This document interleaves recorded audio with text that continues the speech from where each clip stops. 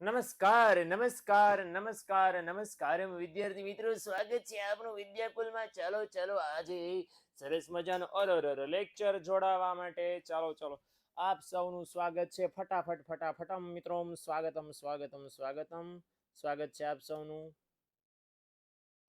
Where is my pen? Here it is, and I am coming to you now on your screen. ઠીક છે, ચાલો સ્વાગત છે આપ સૌનું. હું જરાક તમારા અક્ષરો મોટા કરી દઉં.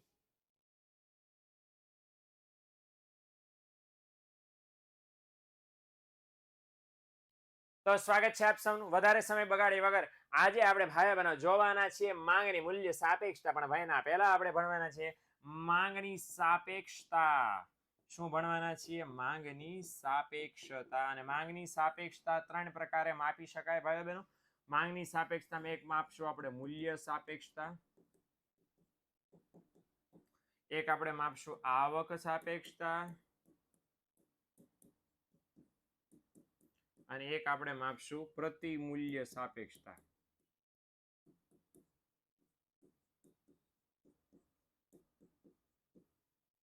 સાપેક્ષતાને અંગ્રેજીમાં કહેવાય ઇલાસ્ટિસિટી. શું કહેવાય? ઇલાસ્ટિસિટી. ઓકે, આવું કહેવાય. તો આ ત્રણ રીતે આપણે કામ કરવાના છે. એની અંદર આપણે આ જે મૂલ્ય સાપેક્ષતા છે આના 5 પ્રકારો. નો ઓકે, આના આપણે 5 પ્રકારો છે જાણવાના અને સમજવાના છીએ. ઓકે, ચાલો એટલે આ આપણે ભણવાનો પ્રયત્ન આજે આપણે કરશું જો ભણી શકાય તો. માંગની સાપેક્ષતા કોને કહેવાય એ જરાક આપણે સમજવું જરૂરી છે. વોટ ઇઝ ધીસ માંગની સાપેક્ષતા? તો માંગની સાપેક્ષતા માટે એવું કહેવાય છે કે માંગ ઉપર અસર કરનારા પરિબળોમાં ફેરફાર થવાથી માંગમાં જે ફેરફાર થાય એ શું દર્શાવે છે? માંગની સાપેક્ષતા દર્શાવે છે. શું એ ફરી વાર કહી દઉં? શું કીધું કે માંગ ઉપર જેટલા પરિબળો અસર કરે છે, કેટલા પરિબળો અસર કરે છે ભાઈ? કિંમત અને કિંમત સિવાય અન્ય બધા પરિબળો માંગ ઉપર અસર કરે છે. તો માંગ ઉપર જેટલા પણ પરિબળો અસર કરે છે એમાં ફેરફાર થાય, મતલબ કિંમતમાં, આવકમાં, અભિરુચિ, પસંદગી, સંબંધિત વસ્તુની કિંમત, ભવિષ્યના ભાવની અટકળ, વસ્તીનું વયજૂથ, આ બધામાં જેટલો ફેરફાર થાય એના કારણે માંગમાં ફેરફાર થાય છે. તો જે માંગમાં ફેરફાર થાય શું દર્શાવે છે? સાપેક્ષતા દર્શાવે છે. વ્યાખ્યા અહીં આપી છે કે કોને કહેવાય? માંગની સાપેક્ષતા. તો એ શબ્દ લખ્યો છે કે વ્યક્તિની પસંદગી, આવક અને કિંમત આ બધા ઉપર માંગ આધારિત છે. આ બધા ઉપર માંગ આધારિત છે એનો મતલબ શું થયો? કે ગ્રાહકની પસંદગી બદલાય, આવક બદલાય, કિંમત બદલાય તો એના કારણે માંગ પણ બદલાય છે. એટલે મતલબ આ બધા પરિબળમાં ફેરફાર થયો તો માંગમાં પણ ફેરફાર થશે. એટલે માંગમાં થતો ફેરફાર કોના ઉપર આધારિત છે? આ ત્રણેય પરિબળો ઉપર. અને અહીંયા આપણને એવું કહેવામાં આવ્યું છે કે આ જે પરિબળો છે, કયા? પસંદગી, આવક, કિંમત, એ પરિબળો ઉપર તેના આધારના એટલે આ તેનો શબ્દ કોના માટે વાપર્યો છે? ઓ માફ કરજો, ક્યાં આવી ગયું? Where is this fafda dish? હા, અહીંયા. ઓકે, તો તેનો મતલબ યસ, તો તેનો મતલબ આ કોના માટે શબ્દ વાપરવામાં આવ્યો છે? માંગ માટે. માંગના આધારનું કેવું માપ? પ્રમાણ માપ. પ્રમાણ માપ એટલે ભાગાકાર વાળું માપ. હમણાં હું તમને દેખાડીશ કેવું હોય પ્રમાણમાં, મતલબ ભાગાકાર વાળું માપ. એ તમે સરખામણી કરો ભાગાકાર કરીને તો એને શું કહેવાય? માંગની સાપેક્ષતા કહેવાય.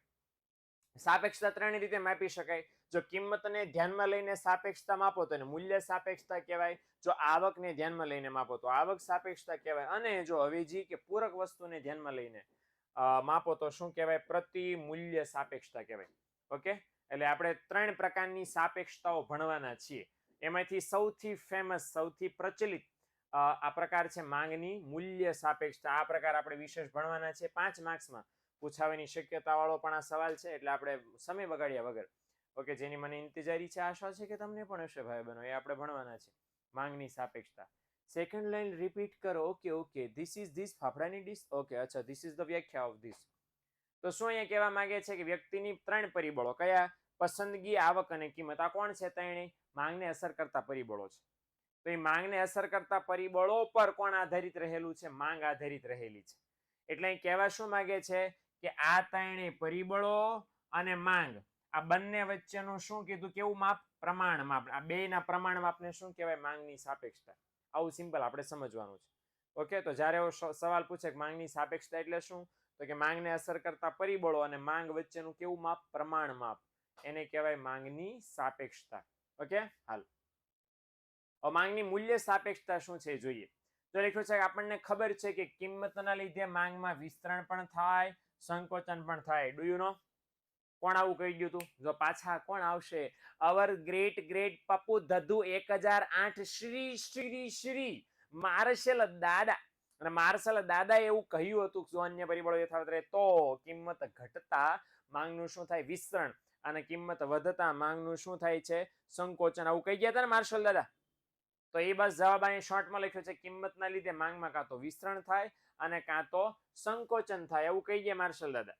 અને એવું કહી ગયા કે કિંમત અને માંગ વચ્ચે કેવો સંબંધ છે? ઊંધો, મતલબ બોલે તો વ્યસ્ત સંબંધ છે, એવું કહી ગયા. માર્શલ દાદા લખ્યું જ છે કિંમત અને માંગ વચ્ચે વ્યસ્ત સંબંધ છે, માંગનો નિયમ ઓલરેડી સમજાવે છે. પણ there is a locho of big. What is locho of big here? There is a locho. કિંમતમાં ફેરફાર થતા વસ્તુની માંગમાં કેટલો ફેરફાર થાય એ માંગનો નિયમ, એની સમજૂતી આપેની. માર્શલ દાદા શું કહી ગયા? કિંમત વધે તો માંગ ઘટે, કિંમત ઘટે તો માંગ વધે, એવું કહી ગયા માર્શલ દાદા. પણ કિંમત વધતા માંગ કેટલી ઘટશે, કિંમત ઘટતા માંગ કેટલી વધશે, એની જાણકારી માર્શલ દાદા કહી ગયા નહીં. અને દાદા છે પછી ચૂપ થઈ ગયા કે ભાઈ ઘટે એટલે ઘટે ને વધે એટલે વધે. જાજુ ચૂપું ચૂપું નહીં કરવાનું. ઓકે, ચૂપ થઈ જવાનું. હવે લોચો એ છે કે ધંધામાં ચૂપ થઈ કામ ચાલે નહીં. ધંધામાં આંકડા જોઈએ કે કિંમત 10 રૂપિયામાંથી 12 રૂપિયા કરશો તો માંગમાં કેટલા ટકા ફેરફાર થશે, કેટલી માંગ વધશે ને કેટલી માંગ ઘટશે. ખબર કેમ પડે? આપણને જાણવું પડે, આંકડા જાણવા પડે. પ્રોબ્લેમ એ છે કે માર્શલ દાદાનો માંગનો નિયમ વ્યસ્ત સંબંધ જણાવે તો છે, પણ એવું નથી કહેતો કિંમતમાં ફેરફાર થવાથી માંગમાં કેટલો ફેરફાર થશે. એની જાણકારી માંગનો નિયમ નથી આપતો. એ નથી આપતો એટલા માટે માંગની મૂલ્ય સાપેક્ષતા આપણે ભણવી પડે છે. આવ્યા ને માર્શલ દાદા અહીંયા? હે ને? એટલે જો લખ્યું છે કિંમતમાં ફેરફાર થતા માંગમાં કેટલો ફેરફાર થશે તેની સમજૂતી આ માંગની મૂલ્ય સાપેક્ષતા આપે છે. કિંમતમાં 10% ફેરફાર થાય તો માંગમાં કેટલા ટકા ફેરફાર થશે એની સમજૂતી માંગની મૂલ્ય સાપેક્ષતા નામની વસ્તુ આપે છે. ઓકે, સંદીપ સર પેલા યુથ વિદ્યાકુલમાં વર્ક કરતા. નહીં, કયા સંદીપ સર? એ કઈ સંદીપ સર ને મેં તો ઓળખતો નહીં. તો ક્લિયર? તો આ વસ્તુ આપણે ધ્યાનમાં લેવાની. હવે જો ખાસ તો જોઈ લે વ્યાખ્યા. આ તો બધી હું છે પૂર્વ પ્રસ્તાવના હતી, ભણવાનું તો હવે આવે છે, જરાક જોઈ લો. ઓકે, ચલો. યસ, આ નાનામાં નાની વ્યાખ્યા છે. આ પાકું કરી લેશો વાંધો નહીં આવે, કારણ કે માર્શલ દાદા હમણાં સીધી તલવાર લઈને બેઠા છે. ઓકે, તલવાર લઈને બેઠા છે. એટલી બધી તલવાર છે જો મારો હાથ નથી દેખાતો. જોયું મારો હાથ ગાયબ થઈ ગયો. અહીંયા વ્હાઇટ હોલ છે. આ બરાબર ને? આ નોર્મલ સ્પેસ છે. અહીંયા જાઓ તો જો આ માર્શલ દાદાનું તેજ જ એટલું બધું છે કે મારો હાથ ગાયબ થઈ જાય. ગજબ. ઓકે, એટલે માર્શલ દાદા છે. માર્શલ દાદા આવ્યા તો જોજો હમણાં માર્શલ દાદાની વ્યાખ્યા આવશે, જોજો હમણાં. તો શું કીધું છે? માંગની મૂલ્ય સાપેક્ષતા કોઈ પણ વસ્તુની કિંમત અને માંગ વચ્ચેનો કેવો સંબંધ દર્શાવે છે? પ્રમાણાત્મક સંબંધ દર્શાવે છે. વળી પાછું આવ્યું ને પ્રમાણાત્મક શબ્દ. હમણાં સૂત્ર આવે એટલે તમને ખબર પડી જાય. ઓકે, તો હા, આ નાની વ્યાખ્યા છે. ઓકે, કે શું કીધું? માંગની મૂલ્ય સાપેક્ષતા શું દર્શાવે? કોઈ પણ વસ્તુની કિંમત અને માંગ વચ્ચેનો કેવો સંબંધ? તો કે પ્રમાણાત્મક સંબંધ દર્શાવે. પ્રમાણાત્મક સંબંધ દર્શાવે. પ્રમાણાત્મક એટલે ભાગાકાર વાળો સંબંધ દર્શાવે. હે ને?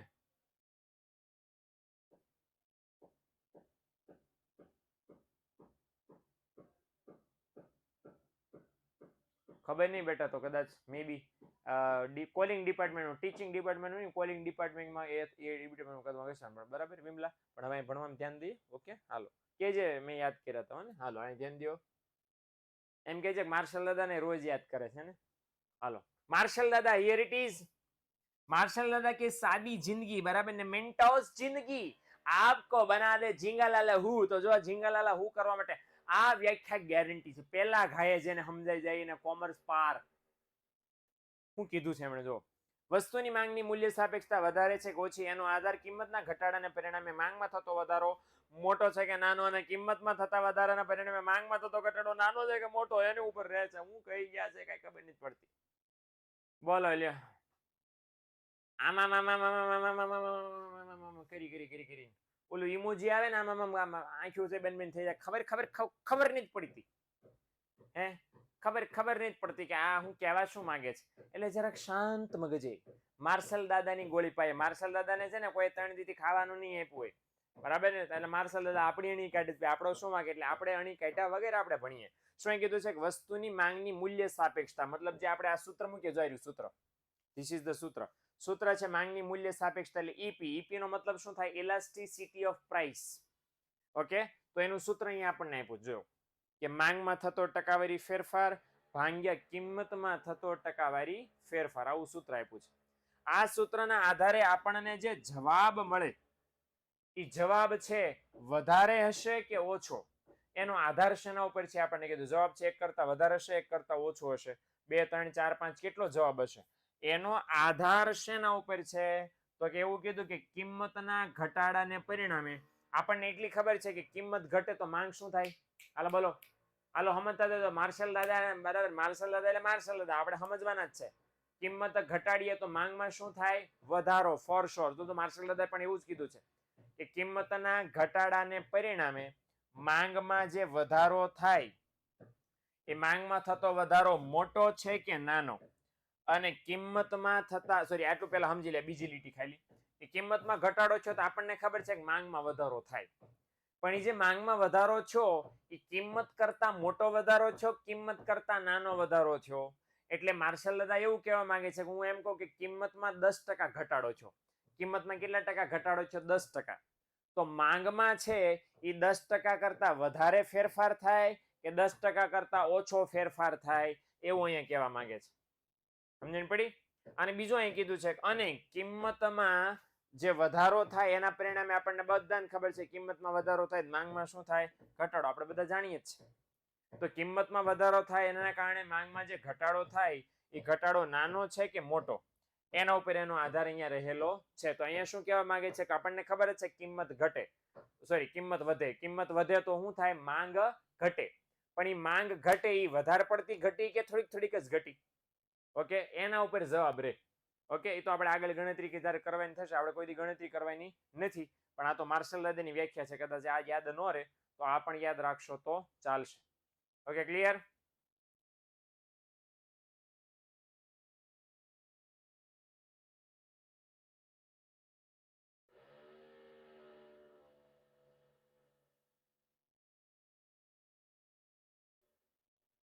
યસ આઈ નો મિત્તલબેન, જરાક લોચો તો પડે છે ને.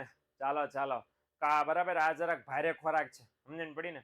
ઉચ્ચ પ્રોટીન વાળો ખોરાક છે, માર્શલ દાદા જે આપ્યો છે. ફરીવાર સમજાવી દઉં. ઓકે, ચલો સૌથી પહેલું શું અહીં કીધું કે માંગની મૂલ્ય સાપેક્ષતા વધારે આવશે કે ઓછી, મતલબ જવાબ મોટો આવશે કે નાનો? એનો આધાર છે એ શેના ઉપર રહેલો છે? તો કે કિંમત ઘટે તો આપણને ખબર છે કિંમત ઘટે તો માંગમાં શું થાય? વધારો. પણ એ જે માંગમાં વધારો થાય એ વધારે પડતો મોટો છે કે નાનો? એના ઉપર આ જવાબનો આધાર રહે.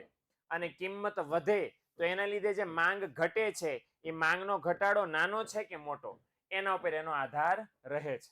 ઓકે, એટલે માર્શલ દાદા કહેવા એવું માંગે છે કે તમે જ્યારે માંગની મૂલ્ય સાપેક્ષતા માપો તો એનો જવાબ વધારે આવશે કે ઓછો, એનો આધાર શેના ઉપર રહે છે?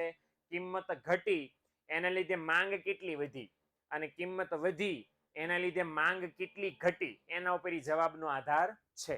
ઓકે, તો ઘણીવાર એવું થાય કિંમત થોડી કમથી જ ઘટી હોય અને માંગ બહુ બધી વધી ગઈ હોય, તો માંગની મૂલ્ય સાપેક્ષતાનો જવાબ વધારે આવે. કિંમત છે થોડીક ઘટીને માંગ એન કરતા થોડીક ઘટી, જવાબ ઓછો આવે એમ. ઓકે, એવી રીતે ફેરફાર થાય.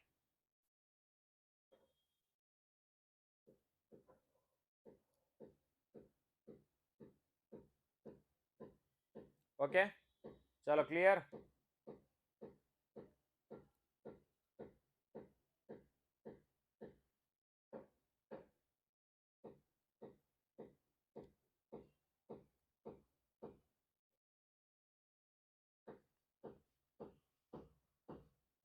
હાલો આગળ વધીએ.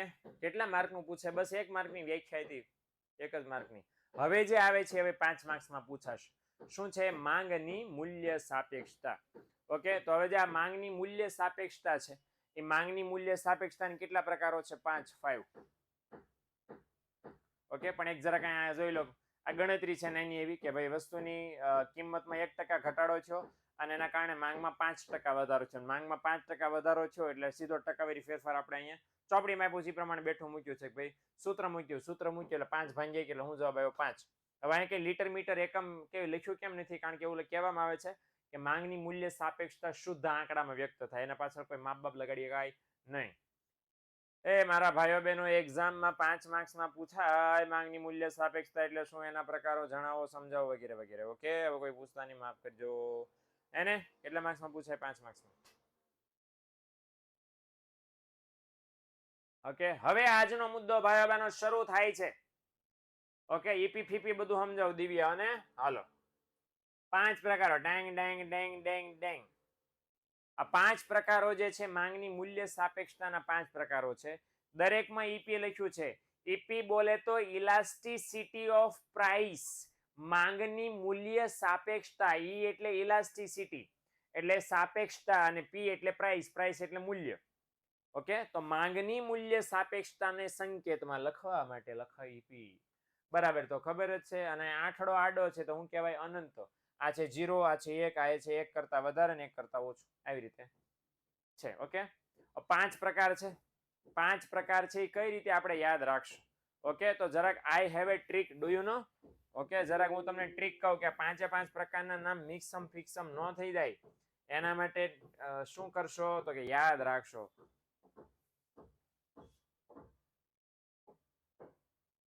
કેટલા જણા આમાંથી ટ્રીપમાં ગયા છે, પ્રવાસમાં ગયા છે, ઉજાણી કરવા ગયા છે, નાસ્તો કરવા ગયા છે? બોલો બોલો, ચાલો ચાલો, લેટ મી નો યુ. હાલો, બધા ગયા છે, ક્યાંક ને ક્યાંક તો ફરવા ગયા હશો. અને નહીં તો તળાવની પાળે બેસવા માટે ગયા છો, મમરા લઈને. મમરા ખાતા હશો, મમરા નો ભાવે એ માછલીઓને ટક ટક ટક ટક નાખતા હશો તમે. યસ. હવે ભાઈઓ બહેનો સમજી લો કે તમે અને તમારો એક પાક્કો ભાઈબંધ ગયા છો તમે ટ્રીપ પર. સામે વાળો ભાઈબંધ અને તમે બંને નાસ્તો લઈ ગયા છો. બંનેની પાસે બિસ્કિટ છે. તમારી પાસે છે હાઇડ એન્ડ સીક, અને બાજુવાળા સામેવાળા ભાઈબંધ પાસે છે ઓરિયો. ઓરિયો તેમ. ઓકે, તો તમારી પાસે હાઇડ એન્ડ સીક બિસ્કિટ છે, રીચ પ્રીમિયમ બિસ્કિટ, અને એની પાસે છે ઓરિયો. તમે બંને ભૂખ્યા થયા અને તમે બધા એકબીજાનો તમે બંને એકબીજાનો નહીં પણ તમે તમારો નાસ્તો ખાવાનું નક્કી કર્યું. તમે તમારો નાસ્તો ખાવાનું નક્કી કર્યું અને નાસ્તો ખાવાનું નક્કી કર્યું એટલે સીધી વાત છે કે આપણે ગુજરાતની જનતા ભાઈઓ બહેનો શેરિંગ કર્યા વગર કોઈ દિવસ ખાય નહીં. શેરિંગ કર્યા વગર કોઈ દિવસ ન ખાય. બરાબર ને? Sharing is caring, do you know? બરાબર ને? Sharing is caring. આપણે તેમ કહેજો ભાઈ કાઠિયાવાડમાં ભૂલો પણ ભગવાન, સ્વર્ગ ભૂલાવું શામળા, આમ કહીને આપણે ભગવાનને આમંત્રણ આપીએ કે અરે આવો ભૂલા પડો, તમને તમારું સ્વર્ગ ભૂલવાડ દઈએ. એવી મહેમાન ગતિ કરીએ, તમને બધું ભૂલી જાવ તમે. આમ જો, એટલે આપણું કામ એવું જોરદાર છે. એટલે આપણે ઓફર તો શોર કરીએ ને આપણે ઓફર કરીએ. આલ્યો આલ્યો બિસ્કિટ આલ્યો. તમારો ભાઈબંધ છે પાકો, બરાબર ને? જે બહેનો અહીંયા છે એમ કે છે અમારી ફ્રેન્ડ છે પાકી. તો હવે તમે છે એક બિસ્કિટ હાઇડ એન્ડ સીક વાળું લંબચોરસ્યું એને ઓફર કર્યું, તો એ ઓરિયો વાળો છે બેસ્ટી. હા, ઓકે, બેસ્ટી તમારી. યસ. અને ઓલો બેસ્ટો તમારું. ભાઈઓ બહેન અમારે બેસ્ટો સમજવાનું. છોકરીઓની બેસ્ટી ને છોકરાઓનો બેસ્ટો. ઓકે ભાઈ, તો અમારા જોની બેરિસ્ટો છે પ્લેયર અમારે. ઓકે, તો હાલો, તો તમે એક બિસ્કિટ છે એને આપ્યું. હવે એ તમને સામે શું આપશે? એ 5 રીતે તમને રિપ્લાય આપી શકે. કેટલી રીતે? 5 રીતે. માની લો કે એવું થાય કે તમે દાખલા તરીકે 5 પ્રકાર છે ને મૂલ્ય, જો હું ક્રમમાં લખી નાખું છું, પહેલા નામ લખી નાખું છું. મૂલ્ય સાપેક્ષ માંગ, પછી મૂલ્ય. ત્યાં સુધી તમે વિચારી લો કે તમારે કેટલા બિસ્કિટ દેવા છે તમારા ફ્રેન્ડને, તમારા બેસ્ટીને. ઓકે, એકમ મૂલ્ય સાપેક્ષ માંગ. ઓકે, પછી છે, જો આ ચોપડીનો ક્રમ નથી લખતો, સંપૂર્ણ મૂલ્ય સાપેક્ષ માંગ અને સંપૂર્ણ મૂલ્ય અનપેક્ષ માંગ. ઓકે, ચાલો હવે સમજો કે તમે છે તમારા ફ્રેન્ડને એક બિસ્કિટ આપ્યું. કેટલા બિસ્કિટ આપ્યું તમે? એક. તો ઓલો જો ફ્રેન્ડ તમને 2 બિસ્કિટ આપે. કેટલા બિસ્કિટ આપે? 2 બિસ્કિટ. ઓકે, આપણા માટે ફાયદો. એક બિસ્કિટ દો લો, એક લો, એક દો લો, હે ને? તો આવું કામ થઈ ગયું. એટલે તો એ કેવી માંગ કહેવાય? મૂલ્ય સાપેક્ષ. કે તમે એક બિસ્કિટ આપ્યું, તમને 2 મળ્યા. ઓકે, હું કે ઓરિયો નો આપું? હા બેટા, હા, મફતિયા મારા દીકરાને લઈ જ લેવું ન કરે.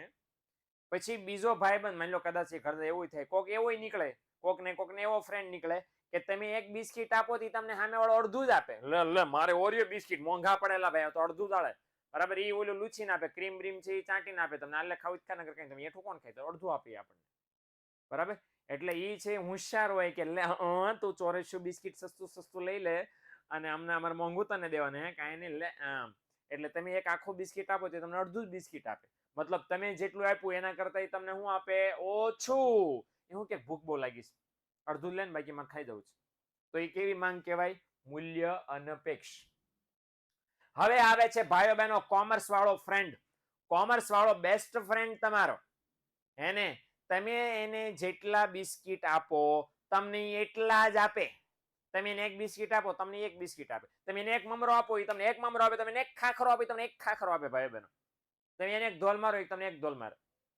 તો તમે જેટલું આપ્યું એટલું એને તમને આપ્યું, બરાબર? કે બિસ્કિટ ખાતે ઉધાર તો બિસ્કિટ ખાતે જમા. બાબત છે, બરાબર ને? ઓરિયો બિસ્કિટના બદલામાં હાઇડ એન્ડ સીક બિસ્કિટ આપ્યું તેના, આમ કરીને બાબત જે લખી કાઢે ભાઈઓ બહેનો કોમર્સ વાળા, હે ને? એટલે લાફા બાફા નહીં જીત, ઓનલી નો નફરત. ઓકે, તો તમે એક બિસ્કિટ આપ્યું, એને તમને એક બિસ્કિટ આપ્યું, હા મેં એટલું જ વળતર મળ્યું, સેમ સેમ. ઓકે, તો એ કયું છે? એકમ મૂલ્ય સાપેક્ષ માંગ. હવે ભાઈઓ બહેનો આવે છે એક્સ્ટ્રીમ મિત્રો. દુનિયામાં આવા મિત્રો છે જવલ્લે. જો આ બધા નોર્મલ કોમન છે ભાઈ, પહેલો બીજો ત્રીજો તો બધાના મિત્રો હોય, ચોથા અને પાંચમા નંબરના મિત્રો છે તો બહુ રેર કિસ્સામાં હોય.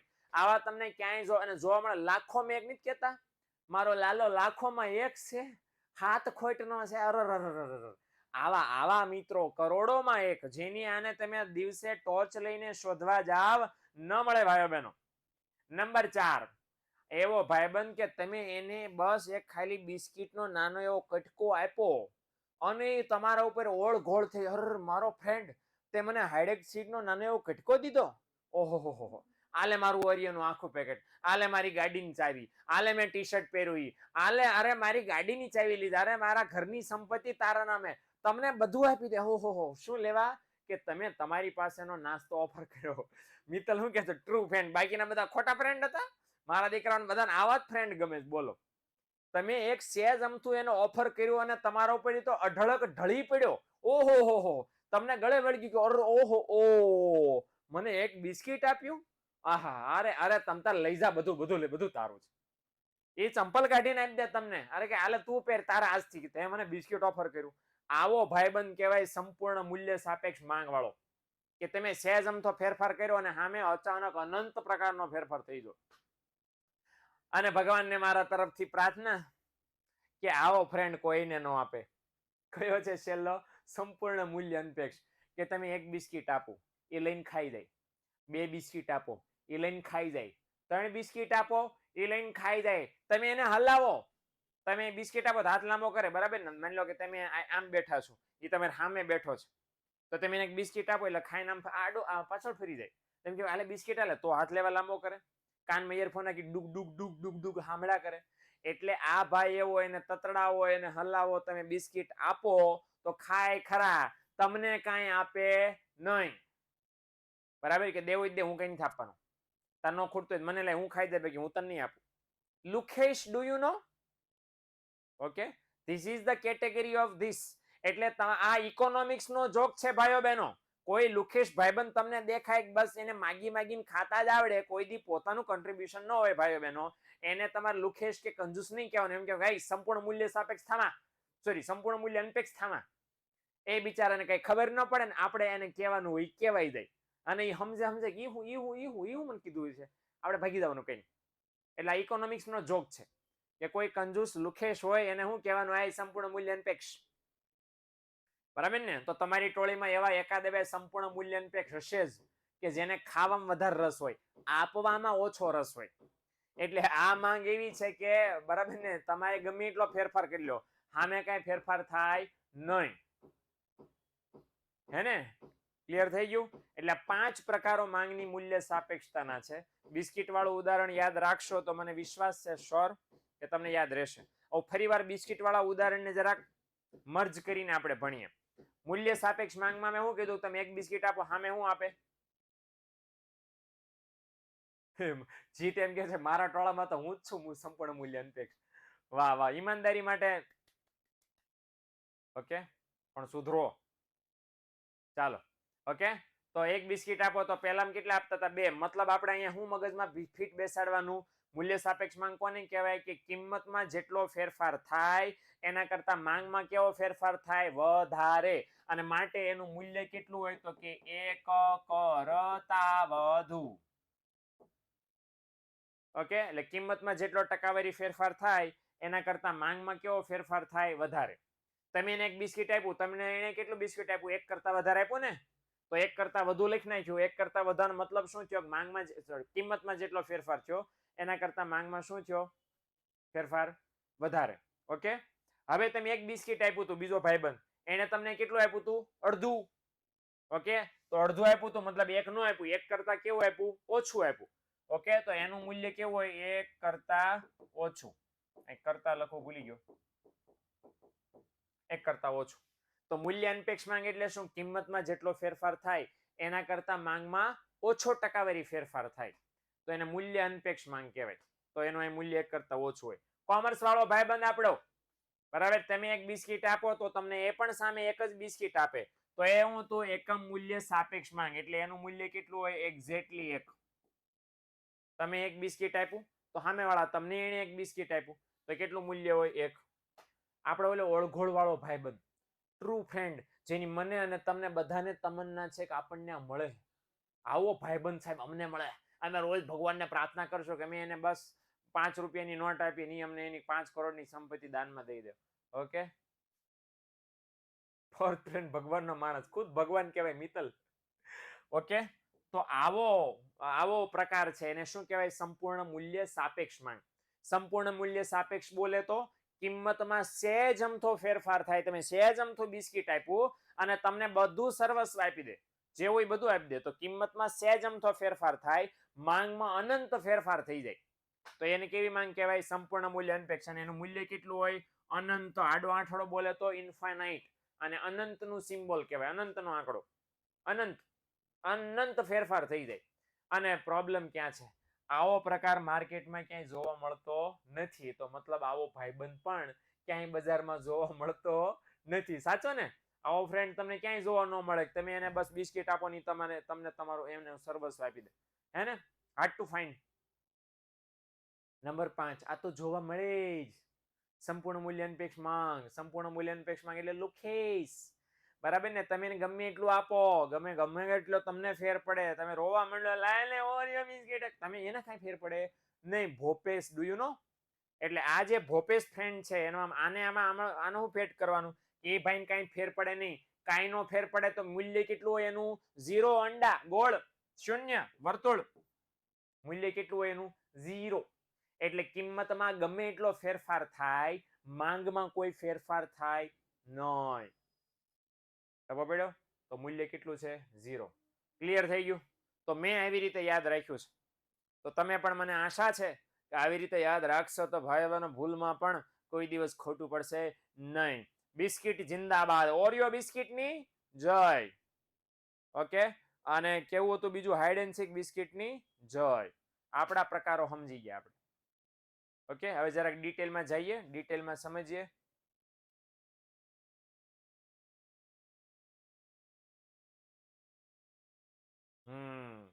ક્લિયર થઈ ગયો ને મુદ્દો?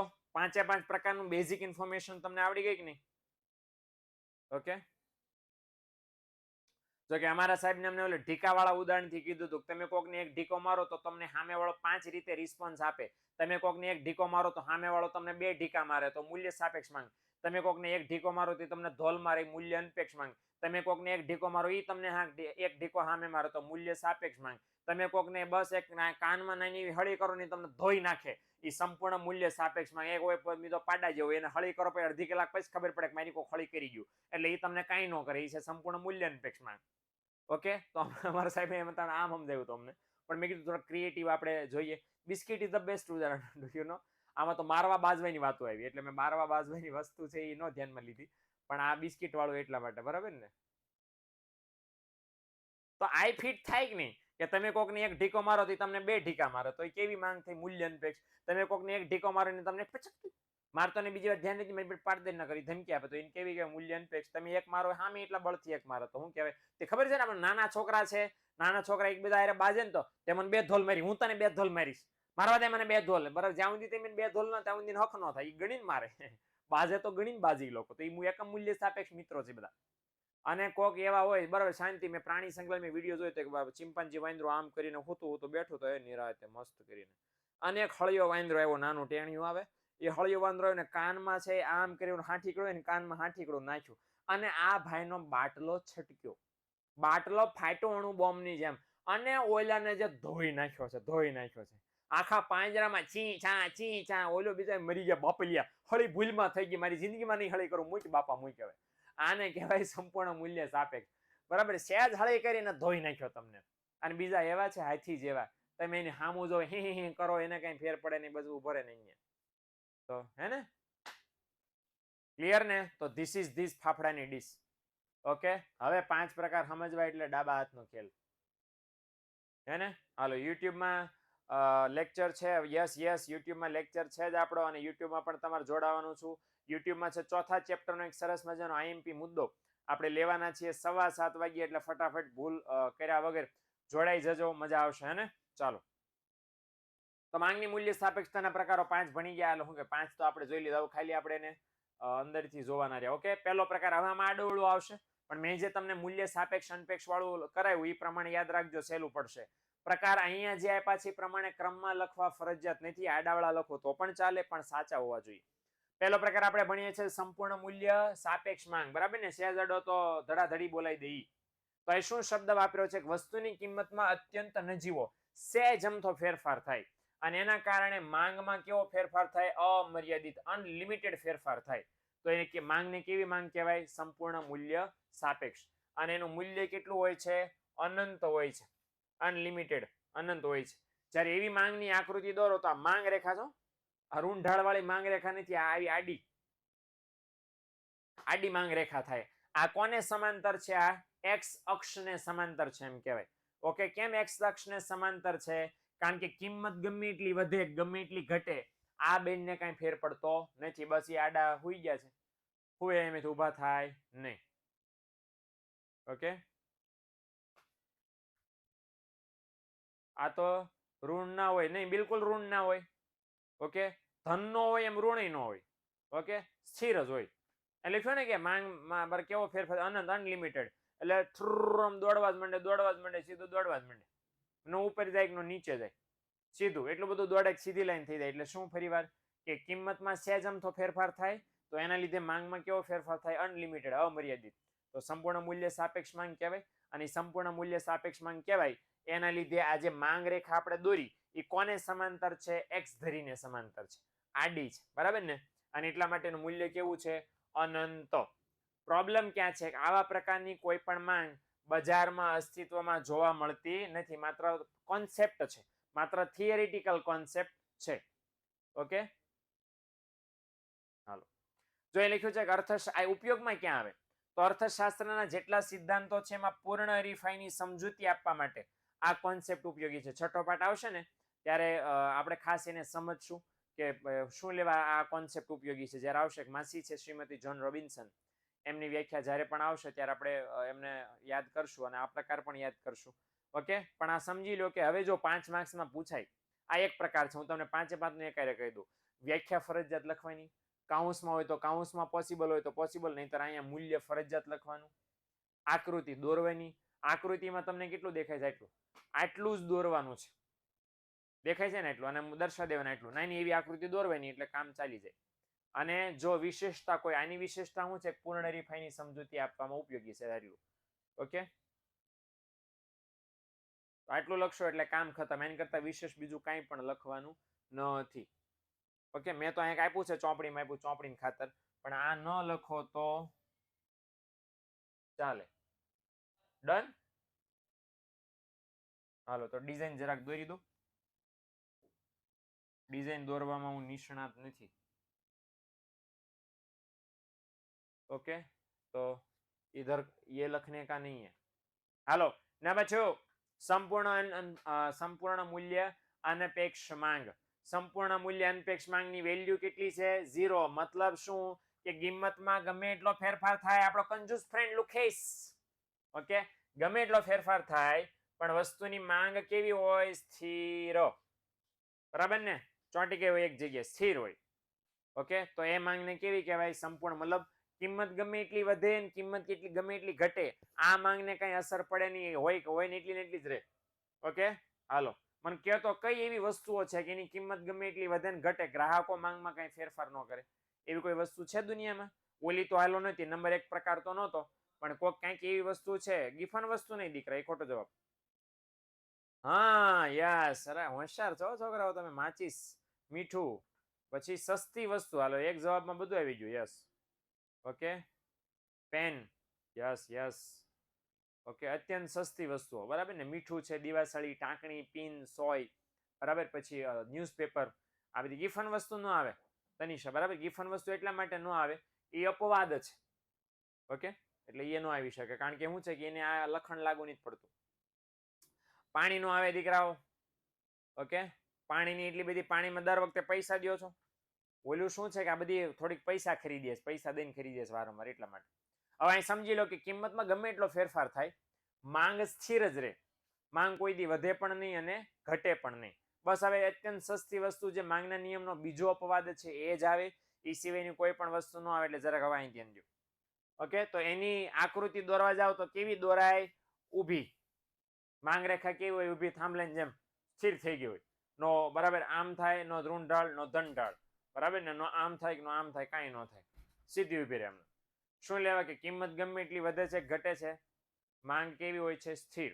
ઓકે, હવે અહીં ખાસ જોઈ લો કઈ વસ્તુની માંગમાં આવું થાય છે. તો અહીં નીચે લખ્યું છે. યસ, લખ્યું આવશે ન આવ્યું? ઓકે, તો અહીંયા મેં કીધું તેમ અહીં લખી નાખું છો.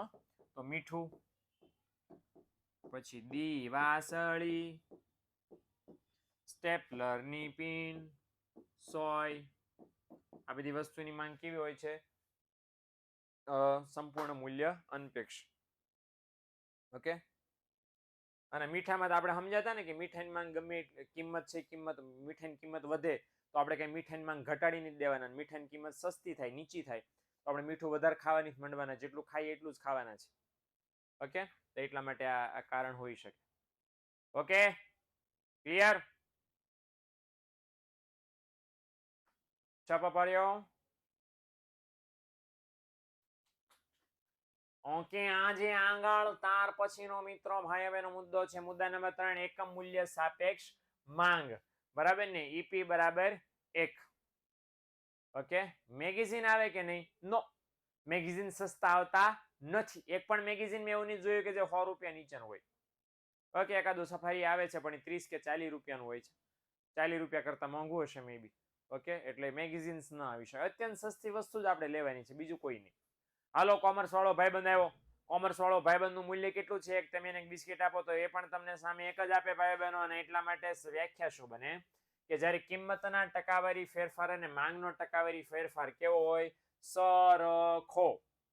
ઓકે, તો એને કેવી માંગ કહેવાય? સપ્રમાણ મૂલ્ય સાપેક્ષ માંગ. આ બીજું નામ છે. એકમ મૂલ્ય સાપેક્ષનું બીજું નામ શું છે? સપ્રમાણ મૂલ્ય સાપેક્ષ માંગ. ઓકે, તો આકૃતિ જો અહીં છે. ઓકે, તો ધીસ ઇઝ ધ આકૃતિ. આકૃતિ છે એમાં જો તમને દેખાય છે ખાંચા દોરેલા છે. આ મંડપ આપણે દોરવાના નથી, જરૂર નથી દોરવાની.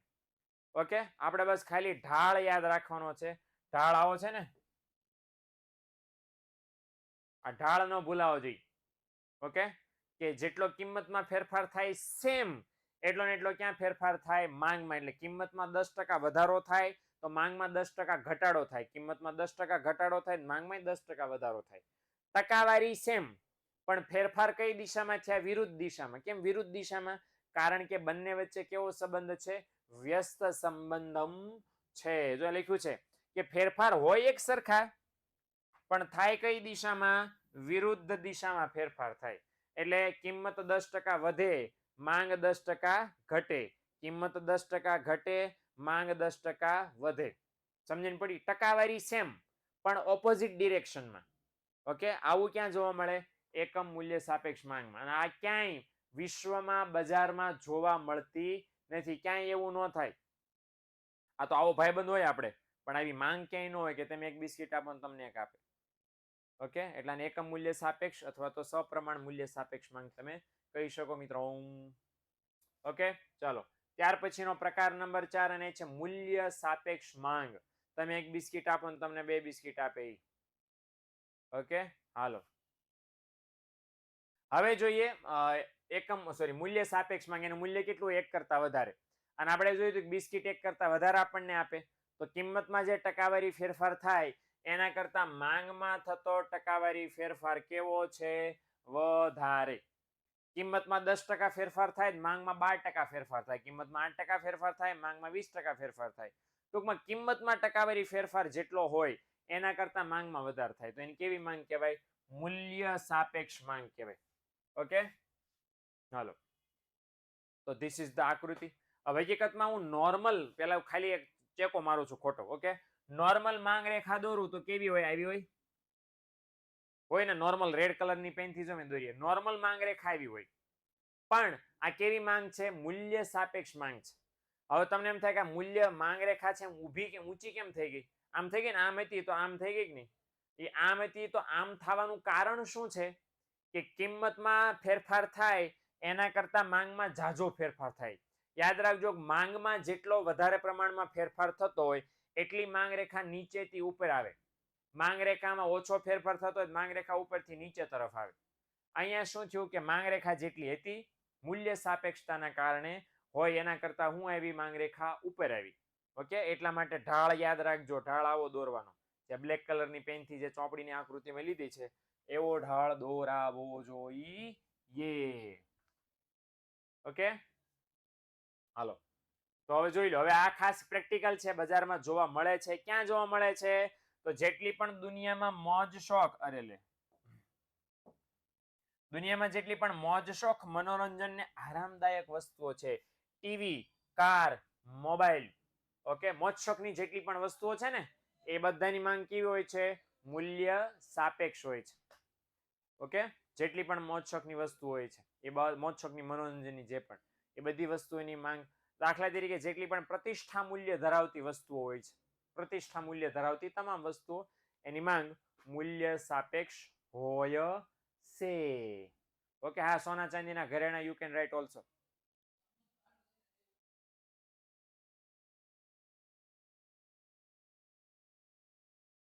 નંબર 5 અને છે મૂલ્ય અનપેક્ષ માંગ. મૂલ્ય અનપેક્ષ માંગ છે એની વેલ્યુ કેટલી હોય? 1 કરતા ઓછી. હવે જે 1 કરતા ઓછી માંગ હોય જરાક આપણે જોઈ લઈએ પ્લીઝ. એમાં લખ્યું છે કે વસ્તુની કિંમતના ટકાવારી ફેરફાર કરતા વસ્તુની માંગમાં થતો ટકાવારી ફેરફાર કેવો હોય? ઓછો. જે ચોથું લખ્યું ને એના કરતા પાંચમામાં બધું ઊંધું ઊંધું કરી નાખવાનું એટલે કામ ખતમ. મૂલ્ય સાપેક્ષમાં હતું ટકાવારી ફેરફાર વધો હતો, અનપેક્ષમાં શું છે? ઓછો. એટલે શું કીધું? કિંમતમાં જે ફેરફાર છે એના કરતા માંગમાં થતો ટકાવારી ફેરફાર ઓછો છે અને એટલા માટે માંગને કેવી માંગ કહેવાય? મૂલ્ય, સોરી માફ કરજો, ધીસ ઇઝ ધ ભૂલ હિયર. ઓકે, હું અહીં ચેકી નાખું છું એટલે તમારે શું યાદ રાખવાનું? શું આવે? મૂલ્ય અનપેક્ષ માંગ. ઓકે, તો મૂલ્ય અનપેક્ષ માંગ છે કારણ કે માંગમાં થતો ટકાવારી ફેરફાર કેવો હોય? ઓછો. તો એને મૂલ્ય અનપેક્ષ માંગ કહેવાય. હવે અહીંયા વસ્તુનું ખાસ ધ્યાન રાખજો કે એ આકૃતિ દોરો તો કેવી આકૃતિ બને? આવી જો તમને દેખાય માંગ બેન બેહી ગયા છે ને. જો દાખલા કે નોર્મલ માંગ રેખા દોરું તો નોર્મલ માંગ રેખા આવી છે. આ નોર્મલ માંગ રેખા છે, આવી હોવી જોઈએ. પણ મૂલ્ય અનપેક્ષતા છે. કિંમતમાં ટકાવારી ફેરફાર થાય એના કરતા માંગમાં કેવો થાય? ઓછો. એટલે કિંમત 10% વધે તો માંગથી 7% ઘટે. ઓકે, એટલે કિંમતમાં 10% ફેરફાર થાય, માંગમાં 5%, 2%, 8%, 10% કરતા ઓછો ફેરફાર થાય ઇન શોર્ટ. તો મૂલ્ય અનપેક્ષ. હવે માંગમાં કિંમત કરતા ઓછો ફેરફાર થાય, ઓછો ફેરફાર થાય એટલે બેન ઉપર વધવાને બદલે ક્યાં જાય? નીચે. તો આમ સંકોચાઈ ગયા ને.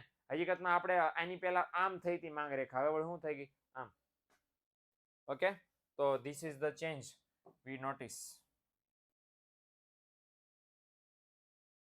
ઓકે, અને કઈ વસ્તુઓમાં જોવા મળે? તો કઈ વસ્તુ છે? તો કે જીવન જરૂરી જેટલી પણ વસ્તુઓ છે, દાખલા તરીકે અનાજ, તેલ, દૂધ, માખણ, બરાબર, આ બધી વસ્તુ એવી છે કે જેમાં છે મૂલ્ય અનપેક્ષ માંગ છે એ જોવા મળે. સર, ભવિષ્ય અંગેની કિંમતો અંગેની અટકળો સમજાવો ને નથી સમજાતું. હાલ સમજાવો. પેલા આ પૂરું કરી લો પેલા. હાલો ફટાફટ. આ ક્લિયર? ચલો, 5 પ્રકારો ક્લિયર?